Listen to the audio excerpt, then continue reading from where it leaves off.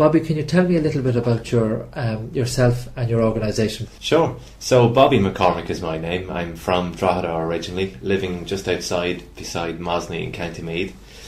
I'm an avid Manchester United fan, and really they're the key things about me. I suppose my involvement in Development Perspectives is the organisation that I work with. I've been involved in Development Perspectives since we set it up in 2006.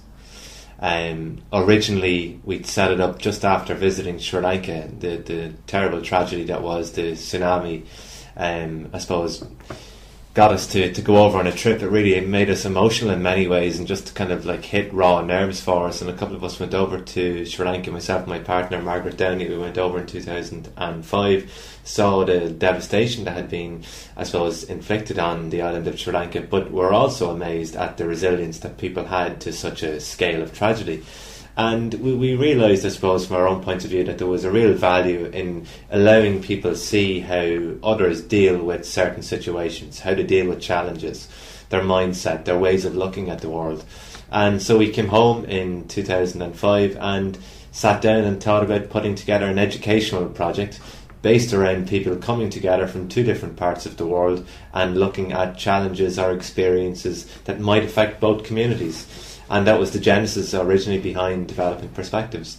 So that's the organisation that I'm involved in. I work part-time here in Dundalk Institute of Technology, and my background is in development studies and education and training. Okay. And what way did you set up Development Perspectives? Is it just the two of you involved, or do you have more people involved or help supporting as well? No, there's many people involved now, but in going back to the original setup, really there was only two of us, and we'd set it up just as a pilot project with the support of a couple of organisations, and really they were kind enough to give us a little bit of support to allow us to do the pilot programme. But since then, year on year, the amount of people that have been involved has increased. So now we've a board of management. There's 8 people on that board of management, and there's a group of around 50 people heavily involved in a day-to-day basis on different aspects of the programme. Now we run a range of different programmes. We have various editions of the programme. We do all sorts, both here and then with partners in different countries. So we've kind of broadened out into other countries: Tanzania, Uganda, Liberia, Sri Lanka and Vietnam. And what do you actually do when you get there? What does the programmes entail? Well, mainly our programme is an 8-month-long development education programme. So really our focus is on learning about development, learning about challenges such as poverty, inequality. So when people are abroad, they're doing, I suppose, a lot of work, but the emphasis is on learning about challenges rather than volunteering. So I suppose that's a key difference for us, because we see as the participants as learners rather than as volunteers. While they're there is a hands-on project that they get involved in that has been identified by the local community. It could be the rebuilding of a school or a health clinic. It could be building a basketball court. It could be digging foundations for school. It could be planting trees, looking after mangroves. It could be all sorts of initiatives that the local community have identified as being important to their development in terms of community, economics, health, education. Are they short programmes or long programmes, or they could be any length? Well, the length of time that we're abroad is 3 weeks, but the overall programme is 8 months. So that 8-month programme gives us lots of time to plan our projects, to do the projects, but then to reflect on them and make sense of them. And then last but not least, and I think this is critically important, is that when the people who are involved in the projects come back to Ireland or to Tanzania or to Uganda, wherever they are from, then they actively design further interventions in schools, youth clubs, community groups. So they go out then and use their experience as a way of trying to engage the broader community about those challenges. So for us, it's not about people going and doing something, coming back and doing very little. It's about learning continuously, and towards the end of that learning process, trying to engage others about those challenges. And within that, then I think you've got further learning for the people who are the primary. It's a win-win situation for everybody. I think so. Yeah. What drives you on? You know, it's hard work at times. A lot of things can go right, but a lot of things go wrong as well. Sure. What keeps you motivated, and what keeps you driven on? Well, I suppose there's two main things I'd say to that. Firstly is that I love working with groups and people. I love the opportunities that it affords me to meet new people from different parts of the world, which is fantastic. But I have to say there's an element of really being motivated by the notion of justice, that there's an awful lot of things happening around the world that are driven by many unjust reasons, I suppose, and that when you see people living in very extreme poverty or, you know, very extreme levels of inequality, you begin to question our own lifestyles in many parts of the world and our own decision making, and that our lives here in Ireland, in the northeast of Ireland and in Dundalk or Drogheda, that there are knock-on effects for other parts of the world that we mightn't necessarily see on a day-to-day basis, but that can mean very serious consequences for lots of communities around the world. And so that, for me, I suppose, is one of the motivating factors, that I don't want to, I suppose, be involved in many communities that are damaging the planet and its people in many ways. I'd rather be involved in many communities that are contributing to very positively the life of our own communities and that of others. Okay, can you tell me a little bit more maybe about your team and the people you have built around you? You mentioned about 8 people on the board. And yeah. But how does your team interact with each other, and how do you work? Yeah, it's an interesting one. Over the years, I suppose anybody on our board of management has come through our programme directly. So they're not people who are not au fait with what we do and the business of what we do. So they've all come through the programme naturally themselves and want to progress and involve themselves far more in the organisation. So that's a good starting point for a group of people. Have they got a common purpose? Have they got a common goal? I think it's far easier to work with a group if you can agree on what you're trying to do.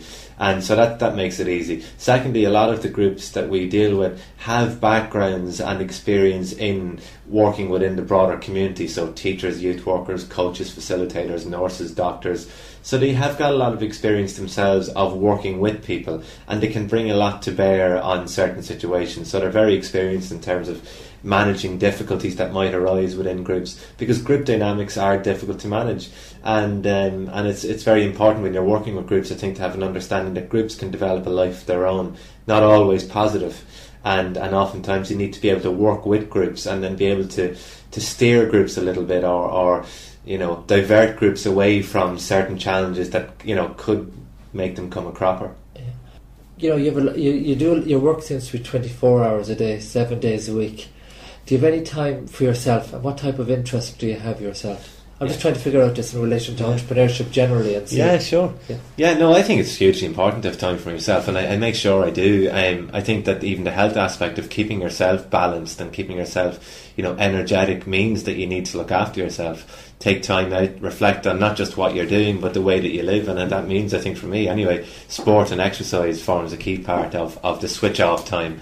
So I love so many different sports. I don't get enough time maybe to practice them, but I do love taking part in them. I play a little bit of football, I go to the gym a little bit, cycle as much as I can, and you know, the old dog keeps me active too. I'm down at the beach most mornings, so that helps me switch off from maybe a lot of the challenges that ordinarily might get me down. I do notice myself though, if I'm not involved in those things, if for whatever reason for a week or two I don't get to exercise, I can feel myself get maybe irritated over things that I wouldn't ordinarily get irritated by. And as I said earlier on, watching Manchester United games, it's a key passion of mine. So hopefully it doesn't get you too irritated watching them. No. Do you have any role models, Bobby, you know, that you would have seen, or maybe that people that you would have taken bits and pieces out of to get you and your organisation to where they are at the moment?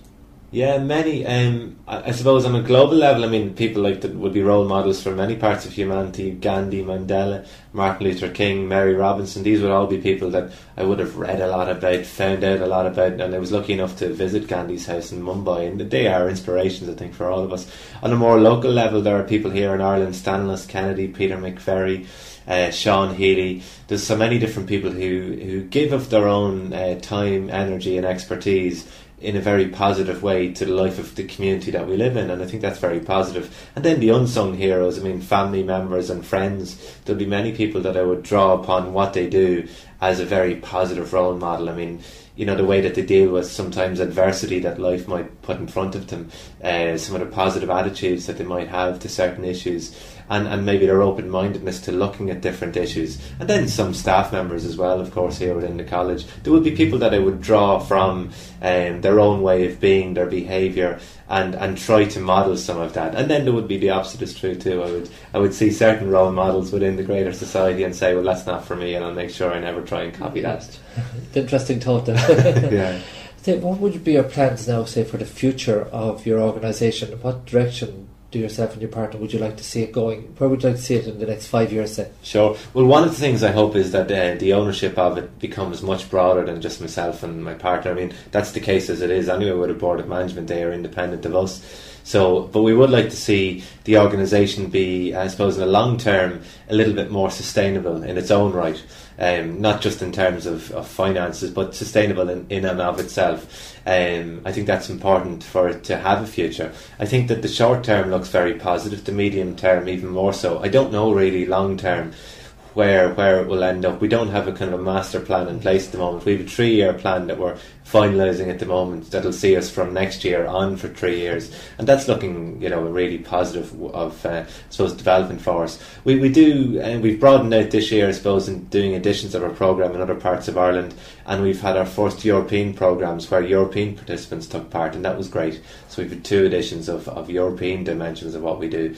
So we'd like to maybe broaden out the European, I suppose, can you tell me a bit more maybe about the European aspect? Yeah, so we can access funding, I suppose, as can any organisation in Ireland, but we can access certain funds through the European Union to do some projects very similar to what we're doing, but the only difference being that the participants of the programme can come from other European countries, and that allows us, I suppose, broaden out our impact and to see about whether or not in some European countries we can set up models of development perspectives. They don't have to be the exact same, but certainly using the same type of initiative, and to see what's effective for that country. As a way of really multiplying the effectiveness of what we do, because for us, longer run, it is, and some would say pie in the sky, but for us certainly it is about bringing about change, and that means, you know, operating at different levels at different times, sometimes in a very grassroots way, sometimes at a very political level. So we are trying to kind of be careful with what we do, but not trying to share our resources too far that we're not any good at anything. We're trying to be very careful about maximising our resources and looking and taking care of what we do and the quality that we can kind of adhere to. It's very innovative, the European perspective. Yeah, it's a good twist. Yeah, and it's something that we're excited by, and I think that we're getting a lot of encouragement. I mean, in fairness, Troker have been fantastic. They provided us with 3-year funding last year, and that really allowed us to kind of look at what we're doing and see whether or not we can broaden it out a little bit. So they've been great in trying to get us to realise that, you know, there is more to what we could do than maybe what we thought was possible 2 or 3 years ago, you know. It's great to see that from them. Yeah. I suppose finally, Bobby, could you give me any tips, say, for future social entrepreneurs like yourself? You know, if you're just starting off now, Sure. What type of things are important, do you think, if you're to tell it to somebody else? Yeah. In broad terms, I'd say that the realisation that you need to be resilient to challenges, I think, is hugely important. I think also, I suppose, the fact that you'll probably get more knockbacks than you will encouragement in the early days anyway, and as the project develops, I think that you'll start to reverse that trend. But I do think you need to have confidence in your own ability, in the vision that you have for the project and the work that you're involved in, but not creating blind spots to what you do. Being aware that people's feedback is that feedback, but don't take it too personally. And I think that's important, that as you grow and develop yourself as an individual and with the projects that you work in, to really see the feedback as something that you can use to the project's development and potential, and I think that's hugely important. And then I suppose not to be caught up in what I think may be sometimes one of the problems with social entrepreneurship is the possibility that economics becomes still the guiding star for what we do. I think there's other ways of measuring social entrepreneurship and whether or not it's effective. So they'd be the kind of key things that would come to mind. Okay, Bobby McCormack from Development Perspectives, thank you very much.